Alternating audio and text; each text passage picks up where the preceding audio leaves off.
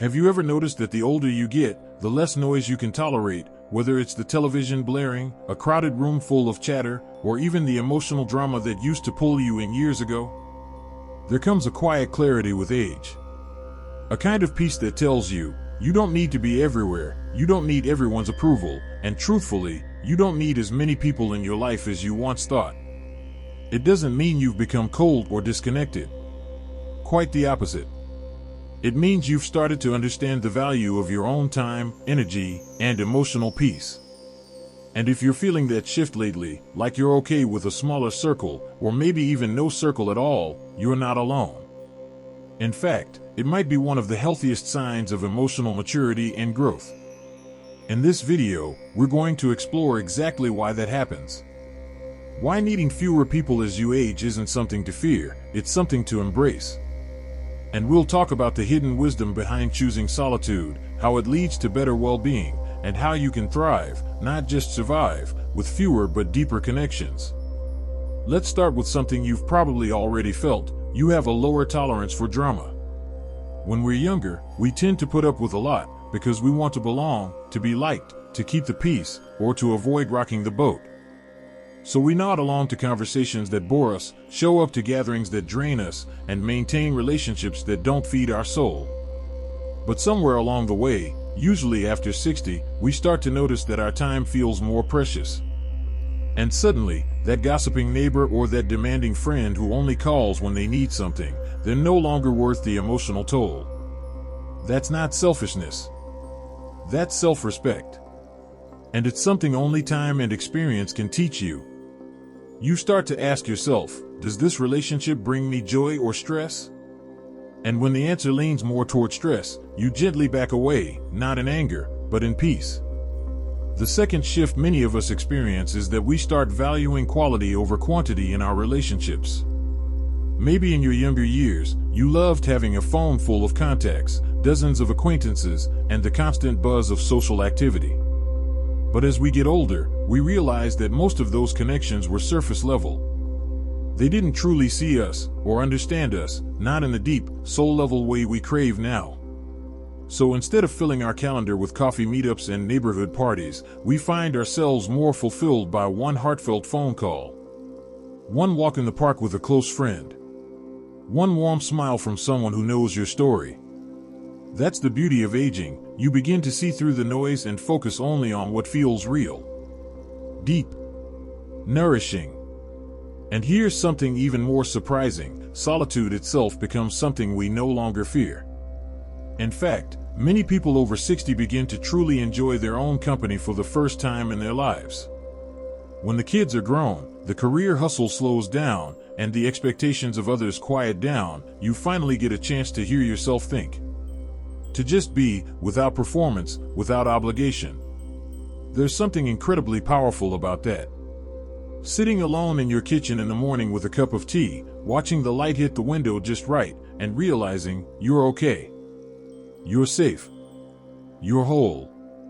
You don't need a house full of guests or a stream of text messages to feel loved or validated.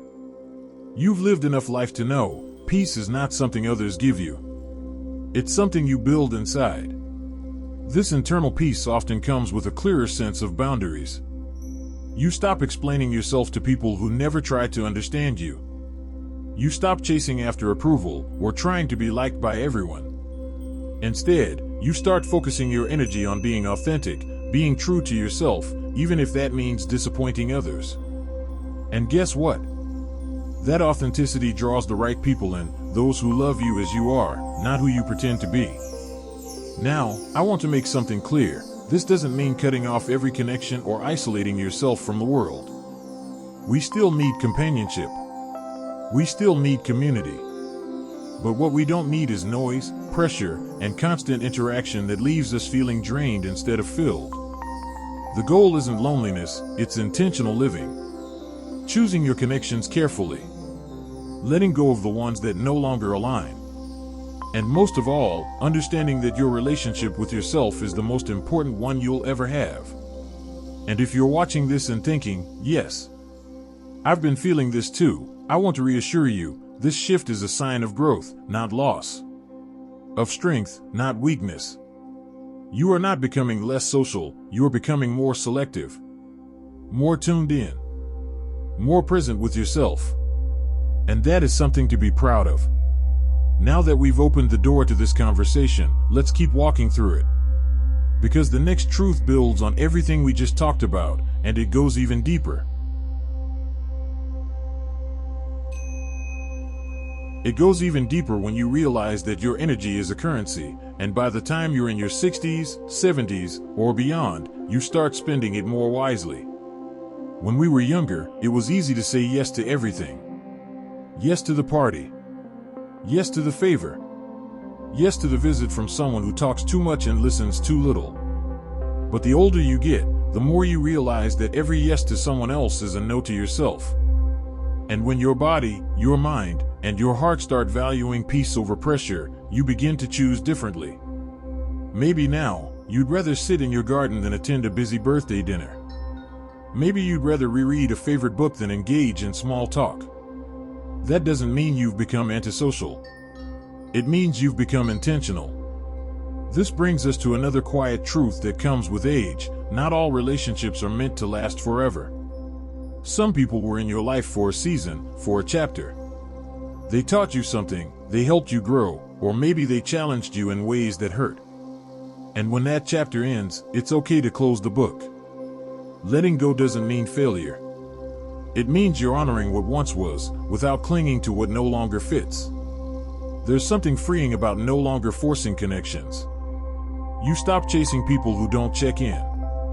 You stop bending over backward to fit into someone else's mold. And instead, you make peace with the natural ebb and flow of life. Some friends fade. Some family grows distant.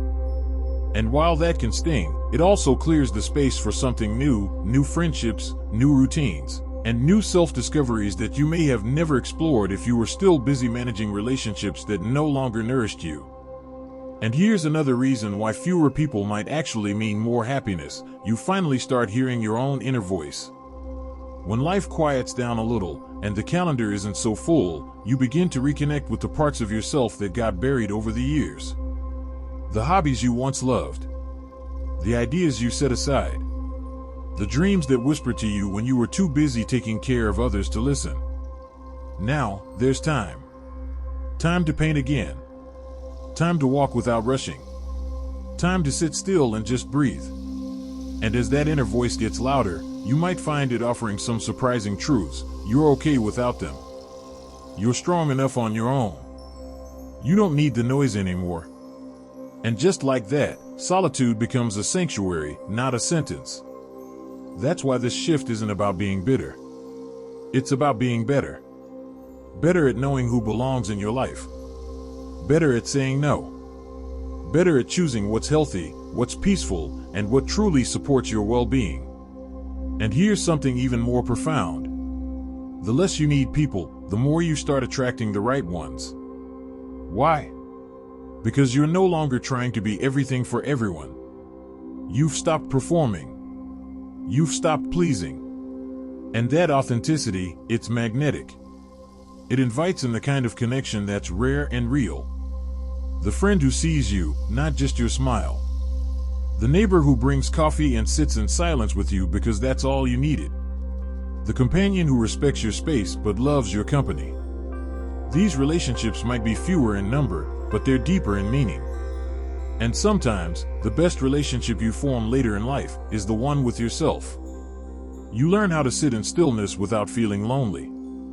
You learn how to travel alone and actually enjoy your own company. You learn how to be your own cheerleader on a hard day, and your own comfort when tears come out of nowhere. That kind of self-trust doesn't happen overnight. It comes from a lifetime of living, learning, and slowly realizing you've got you. And that's enough. Now, this doesn't mean we stop loving people. It doesn't mean we shut the door on friendships or that we never answer the phone. Connection is still vital, it just becomes more sacred. We're no longer networking, we're nurturing. No longer performing, we're present. And when you look at your life through that lens, you realize something powerful. Every person who's still with you now, after all these years, after all the changes, that person is probably one of your soul people. They've seen you evolve. They've seen you grow. And they're still here. Those are the relationships you water.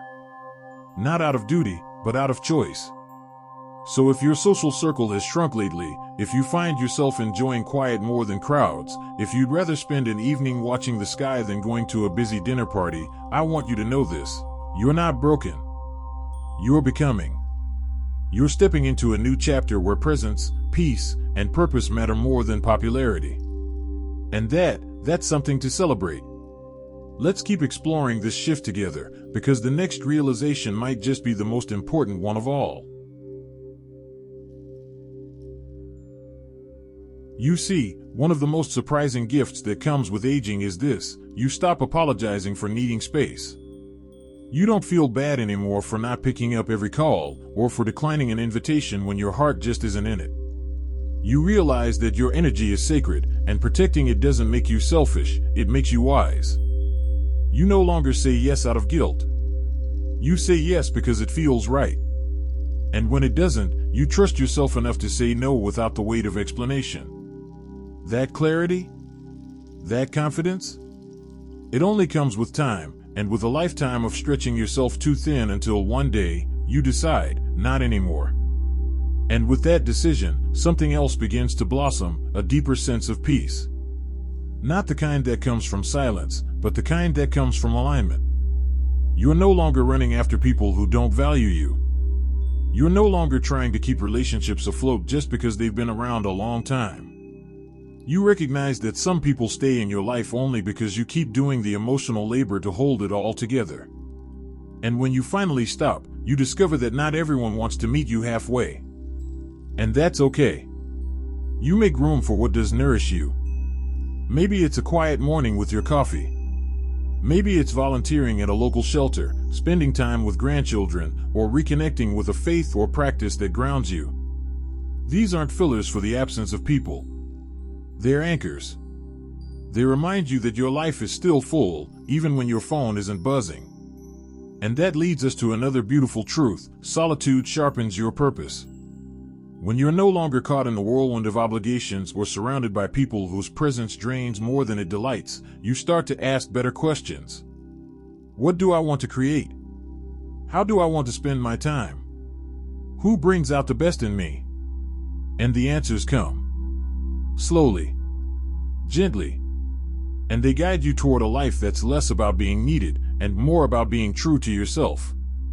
You also begin to realize that the older you get, the less you want to participate in drama, arguments, or small talk. It's not that you've run out of things to say, it's just that you've learned the value of saying less but meaning more. You become more comfortable with silence, more drawn to presence, and more selective with your time. This isn't isolation. It's intention. And let's not forget one of the most overlooked reasons why you might feel less inclined to surround yourself with people all the time: your healing. Maybe from loss. Maybe from disappointment. Maybe from the exhaustion of always being the strong one. And healing often looks like withdrawal. It looks like slowing down. Turning inward. Tending to parts of yourself that you didn't have time to nurture when life was moving too fast. And healing isn't always loud or visible. Sometimes it's in the quiet routines that you repeat daily: making your bed, stretching in the morning, watching the birds out the window. These small acts, done without rush, become a kind of meditation. A declaration that says, I'm here. I matter. And I don't need to prove it to anyone. And that brings us to something so essential: your worth isn't tied to how many people need you. You're not more valuable because you're constantly giving. You're not more lovable because your calendar is full. Your worth is inherent. It's in your kindness. In your lived experience. In your ability to sit with someone and truly listen. In the wisdom you carry just by being. So yes, the older you get, the less you may need people. But it's not because you don't care. It's because you care deeply, just more selectively now. And when the right people come along, you recognize them faster. You don't waste time pretending or trying to impress. You just show up, fully yourself, and trust that the ones who are meant for you will meet you exactly where you are.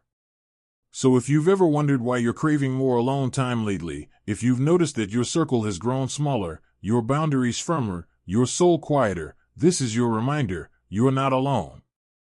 You're evolving. You're unlearning the need to perform. You're releasing what no longer serves you. You're becoming more of yourself. And in that space, between the noise and the silence, you just might find the deepest connection of all.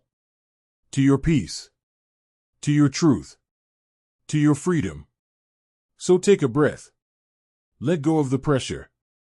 And trust the path you're walking, even if it's a little quieter than it used to be. Because sometimes, the best company you'll ever keep is your own. Here's to growing wiser, softer, and more you, with every passing year.